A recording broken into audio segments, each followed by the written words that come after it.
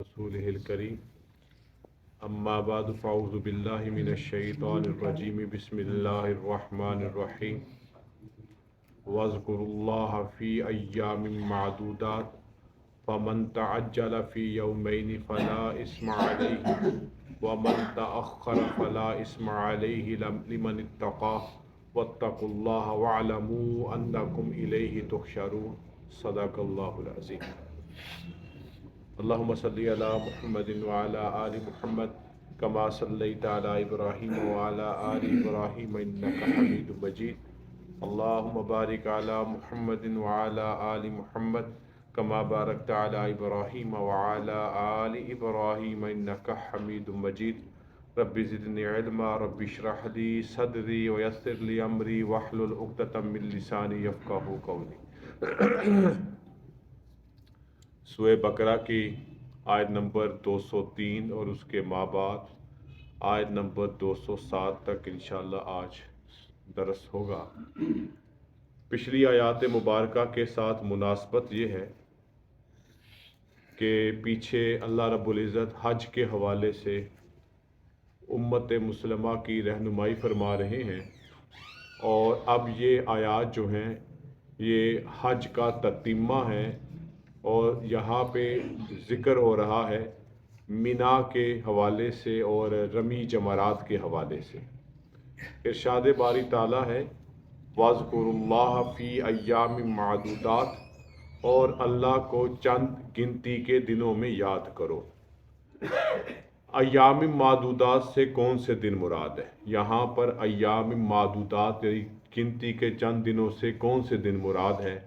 مفسرین کی رائے یہ ہے کہ یہاں پر عرفات کا ایک دن گزارنے کے بعد جب حاجی مغرب کے وقت عرفات کا میدان چھوڑ کر مزدلفہ کی طرف جاتے ہیں اور مزدلفہ میں رات گزارتے ہیں، اور فجر کی نماز کی ادائیگی کے بعد، اور اس دن بنتا ہے 10 ذی الحجہ کا۔ ایام معدودات سے مراد 10، 11، 12 اور 13 ذی الحجہ ہے۔ یہ 4 دن ایام معدودات ہیں۔ جب بندہ عرفات میں حج کا جو ہے رکن اعظم مکمل کیا، مزدلفہ میں رات گزاری، اب اگلے 3 دن 10ویں کا دن، 11ویں کا دن، 12ویں کا دن، اور اگر چاہے تو 13ویں کا چوتھا دن وہ مینا میں گزارے گا۔ اور وہاں پر کیا کرے گا؟ اللہ اس کی تعلیم اس آیت مبارکہ کے پہلے حصے میں فرما رہے ہیں وَاذْكُرُوا اللَّهَ۔ وہاں پر مینا کے میدان میں جب حاجی اپنے خیموں میں ان ایام کو، جنہیں ایام معدودات کہا گیا، گنتی کے چند دن کہا گیا، وہاں پہ اللہ کا خوب ذکر کریں، اپنے اوقات کو نمازوں کے ساتھ، نوافل کے ساتھ ساتھ اللہ کے ذکر میں گزارے، نہ کہ آپس میں قصے کہانیوں میں وقت کا ضیاع کریں۔ یہ قیمتی ایام ہیں۔ آپ حج بیت اللہ اسلام کے فرائض میں اسے ایک عظیم فریضے کی ادائیگی کے لیے یہاں پہ موجود ہیں، لہٰذا آپ کو چاہیے کہ اللہ کا ذکر ان ایام معدودات میں خوب کریں۔ پہلا تو اس آیت میں یہ بات، یہ تعلیم فرمائی گئی۔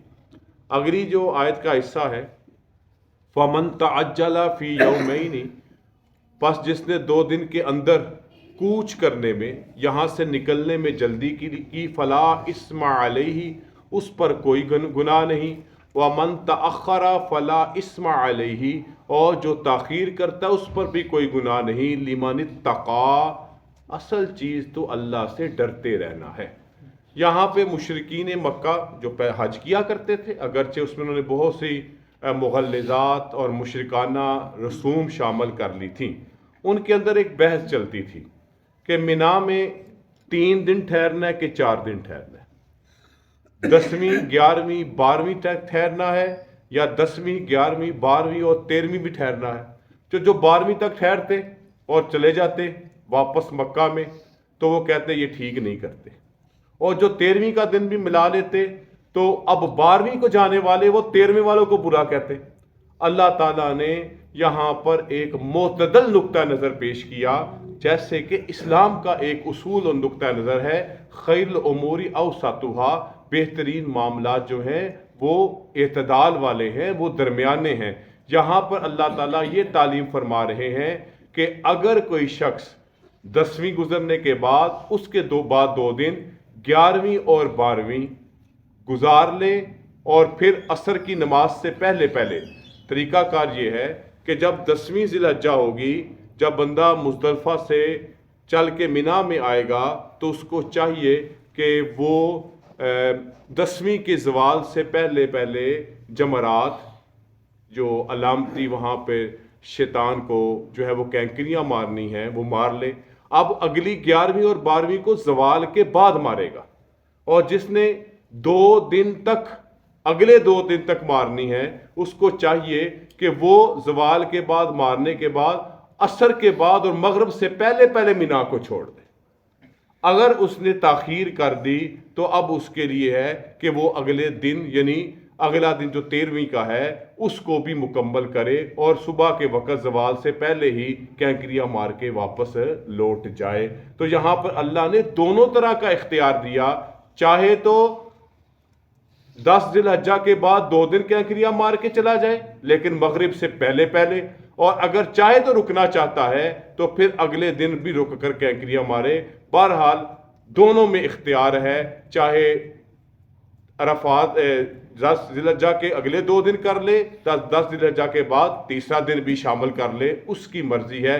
فلا اسم علیہ، جو 2 دن کر کے چلا جائے اس پر بھی کوئی حرج اور گناہ نہیں ہے، اور جو تیسرے دن کو بھی ملا لے یعنی 10 ذی الحجہ کے بعد کی بات ہو رہی ہے تو پھر اس پر بھی کوئی گناہ نہیں ہے۔ اصل چیز جو اللہ نے بیان کی وہ ہے لمن اتقی، اصل چیز ہے اللہ سے ڈرتا رہے۔ اب ایک بندہ 3 دن کینکریاں مار رہا ہے مگر دل میں اللہ کا خوف نہیں ہے، کوئی فائدہ نہیں اس کو حج بیت اللہ کا۔ اور جو 2 دن کینکریاں مارنے کے بعد چلا جاتا ہے لیکن دل میں اللہ کا خوف نہیں ہے، تقویٰ نہیں پیدا ہوا جو حج کا اور تمام عبادات کا مطلوب ہے، تو تب بھی کوئی فائدہ نہیں ہے۔ اصل میں کیا ہے؟ واتقوا اللہ، اللہ سے ڈرتے رہو، اور اگلی بات وَاعْلَمُوا انکم الیہ تحشرون، اور جان لو کہ تم اسی کی طرف جمع کیے جاؤ گے، یعنی تمہیں حساب کے لیے میدان محشر میں جمع کیا جائے گا۔ یہاں تک اللہ رب العزت نے حج کے حوالے سے گفتگو فرمائی۔ اگلی آیات میں اللہ رب العزت 2 طرح کے افراد کا، 2 طرح کی قوموں کا، 2 طرح کے گروہوں کا تذکرہ فرما رہے ہیں۔ آپ اگر پچھلی آیات میں دیکھیں وہاں پر اللہ تعالیٰ نے ذکر فرمایا تھا ایک وہ گروہ جو منکرین آخرت ہے، یہ جو کہتے تھے ہمیں دنیا میں سب کچھ مل جائے آخرت میں ہمیں کچھ بھی نہ ملے کوئی پرواہ نہیں، کیونکہ وہ آخرت کے منکر تھے۔ اور دوسرا گروہ تھا جو آخرت کو بھی ماننے والے تھے، ان کو اللہ رب العزت تعلیم دی کہ دنیا کے لیے بھی خیر مانگو اور آخرت کے لیے بھی۔ اب اس مسئلے کو بیان کرنے کے بعد، مینا کے مسئلے کو بیان کرنے کے بعد اللہ تعالیٰ پھر 2 طرح کے افراد کا، 2 طرح کے گروہوں کا، اور ایک روایت کے مطابق جس کو بھی بیان بھی کروں گا 2 طرح کے اشخاص کا ذکر فرما رہے ہیں، ایک منافق کا اور ایک مخلص کا۔ منافق کسے کہتے ہیں؟ اس کی 2 صورتیں ہیں، ایک منافق اعتقادی ہے، ایک منافق عملی ہے۔ منافق اعتقادی کیا ہے؟ زبان سے تو کلمہ پڑھتا ہے مگر دل سے نہیں پڑھتا، تو وہ کافر ہے، بلکہ کافر سے بھی برا ہے۔ اور دوسرا منافق عملی، زبان سے بھی کلمہ، دل سے بھی ایمان ہے لیکن ذرا اعمال کی کمزوریاں ہیں، بولتا ہے تو جھوٹ بولتا ہے، وعدہ کرتا ہے تو وعدہ خلافی کرتا ہے، جھگڑا ہو جائے تو گالی گلوچ پہ آ جاتا ہے، امانت رکھوائی جائے تو امانت میں خیانت کرتا ہے۔ یہ عملی کمزوریاں ہیں۔ زبان اور دل پکا ہے اس کا ایمان لیکن عملی کمزوریاں ہیں۔ لیکن جو اعتقادی منافق ہے زبان سے تو پڑھ رہا ہے مگر دل سے نہیں، اس کے بارے میں اللہ کا فیصلہ کہ وہ کافروں سے بھی بدتر ہے۔ یہاں پر اللہ تعالیٰ پہلی آیت مبارکہ میں تذکرہ فرما رہے ہیں منافق اعتقادی کا، اور جیسے کہ بیان کیا گیا روایت میں اس سے مراد منافق احنس بن شریک ہے۔ اس کا کیا معاملہ تھا؟ بڑا تیز ترار آدمی تھا، گفتگو میں بڑا ماہر تھا، بڑا چرب زبان تھا۔ نبی اکرم صلی اللہ علیہ وسلم کی خدمت میں حاضر ہوتا، کہتا جی کیا بات ہے جی آپ کی، میں آپ کے ساتھ ہوں، جو کہیں گے میں کروں گا، جہاں پہ آپ چاہیں گے مجھے استعمال کر لیں، میں دین کے لیے قربان ہونے کے لیے تیار ہوں، بڑی لفاظی جاڑتا، بڑی چرب زبانی کرتا اور بڑے اپنے ایمان کے جو ہے وہ قسمیں اٹھا اٹھا کے گوائیاں دیتا، میں جی بڑا پکا ہوں، میں بڑا پکا ہوں۔ اللہ تعالیٰ اسی کا حوالہ اور ان جیسوں کا حوالہ بیان فرما رہے ہیں، وَمِنَ النَّاسِ، اور بعض لوگ ایسے ہیں، میں یعجبک قولہ فی الحیات الدنیا، جن کی بات دنیا کی زندگی میں آپ کو بلی معلوم ہوتی ہے، آپ کے سامنے آتے ہیں تو ایسی ایسی باتیں بنا کے سناتے ہیں، آپ کو ان کی باتیں بلی معلوم ہوتی ہیں، لیکن دراصل وہ باتیں زبان سے ظاہری کر رہے ہوتے ہیں، دل میں حقیقت اس سے مختلف ہوتی ہے۔ حتیٰ کہ وہ کیا کرتے ہیں، وَيُشْهِدُ اللَّهَ عَلَى مَا فِي قَلْبِهِ، وہ اپنی دل کی باتوں پر اللہ کو گواہ کرتا ہے، اللہ کی قسمیں اٹھاتا ہے، اللہ کی قسم میں بڑا ہی پکا مومن ہوں، اللہ کی قسم میں تو آپ کے لیے مر مٹنے کے لیے تیار ہوں، اور دراصل اللہ اس کے پردے کو چاک کر رہے ہیں، وَهُوَ أَلَدُّ الْخِصَامِ، حالانکہ وہ سخت جھگڑالو ہے، ظاہری طور پر بڑا بناوٹی ہے لیکن اندر سے فساد برپا کرنے والا ہے، فساد پرور ہے، اس کی باتیں تو کچھ ہوں گی مگر عمل اس سے مختلف ہوگا، جیسے کہ اللہ نے بیان بھی فرما دیا، وہ ہے الد الخصام، انتہائی جھگڑالو، سخت جھگڑالو، آپ کے سامنے آئے گا، آپ کو بڑی باتیں بنا کے بتائے گا، حتیٰ کہ اللہ کو گواہ بنا کے اللہ کی قسمیں اٹھا کے کہے گا، میرے جو دل میں ہے آپ کو کیا معلوم ہو، اللہ اس کے دل کے پردوں کو چاک کر رہے ہیں، وہ تو اصل میں ہے بڑا سخت جھگڑالو۔ اور پھر اللہ مزید وضاحت فرما رہے ہیں، وَإِذَا تَوَلَّى سَعَىٰ فِي الْأَرْضِ، جب وہ پیٹھ پھیر کر جاتا ہے، یعنی کہ جب نبی علیہ السلام کی مجلس سے اٹھ کے نکل جاتا ہے تو اب کیا کرتا ہے، لِيُفْسِدَ فِيهَا، تو ملک میں فساد ڈالتا ہے، وَيُحْلِكَ الْحَرْثَ، اور مویشیوں کو برباد کرتا ہے، وَالنَّسْلَ، اور نسلوں کو تباہ کرتا ہے۔ کیا یہاں سے مفسرین نے مختلف معنی لیے کہ فساد فی الارض سے کیا مراد ہے، کھیتی اور نسلوں کو تباہ کرنے سے کیا مراد ہے۔ مفسرین نے کہا ایک اس کا ظاہری مطلب یہ ہے کہ یہ لوگوں کی مالیات کو نقصان پہنچاتا ہے، ظاہری مطلب فساد فی الارض، کھیتی اور نسل کی بربادی، وہ لوگوں کی معیشت کو نقصان پہنچاتا ہے، اور دوسرا اس کا جو معنی باطنی علماء نے اور خصوصاً صوفیاء نے بیان کیا، یہ ایسا منافق ہے کہ لوگوں کے دلوں میں اسلام کے بارے میں وسوسے ڈالتا ہے اور لوگوں کی اولادوں کو خراب کرتا ہے، اور ان کے دلوں میں، اولادوں کے اور نوجوانوں کے دلوں میں، ان کے اہل ایمان کی جو نئے جو اولادیں ہوتی ہیں ان کے دل میں وسوسے اسلام کے بارے میں ڈالتا ہے، جس سے ان کو اسلام سے ورغلا کر پھیرنا چاہتا ہے کفر کی طرف۔ نبی علیہ السلام کے سامنے موجود ہے تو بڑے بڑے دعوے، اور جب وہاں سے نکلتا ہے تو پھر فساد فی الارض، ایمان میں لوگوں کو متزلزل کرنا، ان کو شکوک و شبہات میں ڈالنا، یہ اس کا وتیرہ ہے۔ اور اللہ فرماتے ہیں واللہ لا يحب الفساد، اور اللہ تعالیٰ کسی طور پر بھی فساد کو پسند نہیں کرتا۔ تو مطلب یہ معلوم ہوا کہ ایسا شخص جو نفاق پر مبنی زندگی بسر کرتا ہے، اس سے بڑا فسادی کوئی نہیں ہے، ظاہر میں کچھ اور دل میں کچھ۔ اب دوسری بات، وَإِذَا قِيلَ لَهُ اتَّقِ اللَّهَ، اور جب اسے کہا جاتا ہے کہ اللہ سے ڈرو، یہ تمہاری حرکتیں ٹھیک نہیں، تمہیں اللہ سے ڈرنا چاہیے، تمہیں فساد فی الارض نہیں بچانا چاہیے، تمہیں لوگوں کی معیشت اور مالیات کو نقصان نہیں پہنچانا چاہیے، لوگوں کی اولادوں کو گمراہ نہیں کرنا چاہیے، ان کے دلوں میں شکوک و شبہات نہیں پیدا کرنا چاہیے، اللہ سے ڈرو۔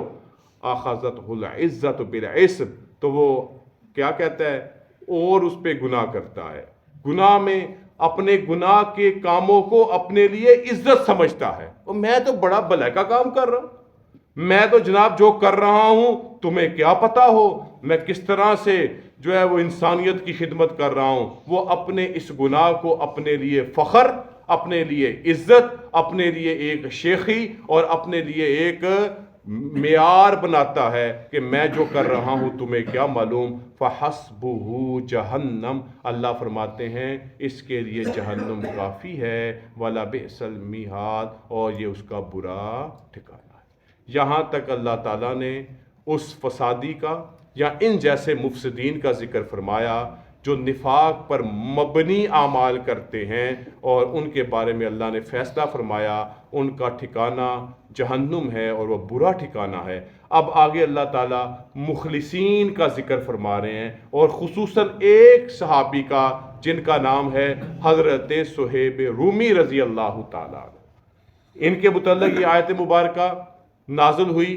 پچھلی آیت مبارکہ ہر طرح کے منافقین کے بارے میں، خصوصاً اخنس بن شریک کے بارے میں، یہ آیت مبارکہ ہر طرح کے مخلص کے بارے میں، اور خصوصاً حضرت صہیب رومی رضی اللہ تعالیٰ عنہ کے حوالے سے وہ کیسا شخص تھا۔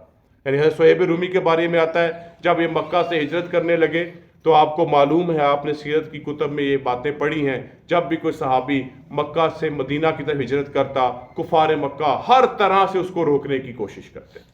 ان کو روک لیا، ان کو گھیر لیا، تمہیں نہیں جانے دیں گے، تم کیسے اپنی عزت بچا کے، اپنا ایمان بچا کے، اپنا مال بچا کے کیسے یہاں سے نکل سکتے ہو؟ گھیر لیا۔ حضرت صہیب رومی نے ان سے کہا میرے ترکش میں تیر ہیں، کمان میری تیار ہے، اور تم خوب جانتے ہو کہ میں تیر اندازی میں کیسا ماہر ہوں، میرا کوئی نشانہ خطا نہیں ہوگا، میرے راستے سے ہٹ جاؤ۔ اگر میرے تیر ختم ہو گئے تو پھر میں اپنی تلوار سے کام دکھاؤں گا، اور پھر جب تک میری تلوار چلے گی تمہیں مارتا رہوں گا، میرا راستہ چھوڑ دو۔ وہ تھوڑے سے ڈر گئے لیکن مزاحمت پہ اترے رہے۔ بلا آخر حضرت صہیب رومی نے ان کو اپنی جو جمع پونجی تھی وہ دے کر، جان چھڑا کر، اپنا ایمان بچا کر مکہ سے مدینہ ہجرت کی۔ اور یہ ان کا اخلاص تھا، ان کا ایمان کے ساتھ اخلاص نہ، وہاں پر انہوں نے منافقت نہیں دکھائی، خالص ایمان کے ساتھ اپنا سب کچھ دے دیا، اپنی جان کی پرواہ نہیں کی، مال کی پرواہ نہیں کی، اگر کسی چیز کی پرواہ کی تو صرف ایمان کی۔ اللہ تعالیٰ بطور خاص حضرت صہیب رومی کا تذکرہ اور عمومی طور پر تمام مخلصین مومنین کا تذکرہ فرما رہے ہیں۔ وَمِنَ النَّاسِ مَن يَشْرِي نَفْسَهُ ابْتِغَاءَ مَرْضَاتِ اللَّهِ، اور بعضے ایسے بھی ہیں جو اللہ کی رضا جوئی کے لیے اپنی جان بھی بیچ دیتے ہیں، اللہ کو راضی کرنے کے لیے اپنا سب کچھ لٹا دیتے ہیں، اور سب سے قیمتی جان انسان کی زندگی ہوتی ہے، وہ بھی اپنی لٹا دیتے ہیں۔ اور اللہ ان کے ساتھ کیا معاملہ فرمائے گا؟ واللہ رؤوف بالعباد، اور اللہ بندوں پر بڑا مہربان ہے۔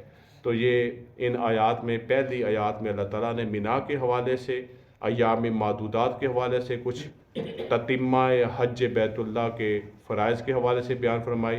آگے اللہ نے منافق اور منافقین، مخلص اور مخلصین کے حوالے سے اللہ تعالیٰ نے ہماری تعلیم فرمائی ہے۔ یہاں تک 207 آیت تک انشاءاللہ ہمارا سورہ بقرہ مکمل ہوئی۔ رمضان المبارک میں تراویح کے بعد 6 سے 8 منٹ کا منتخب آیات کا درس ہوگا۔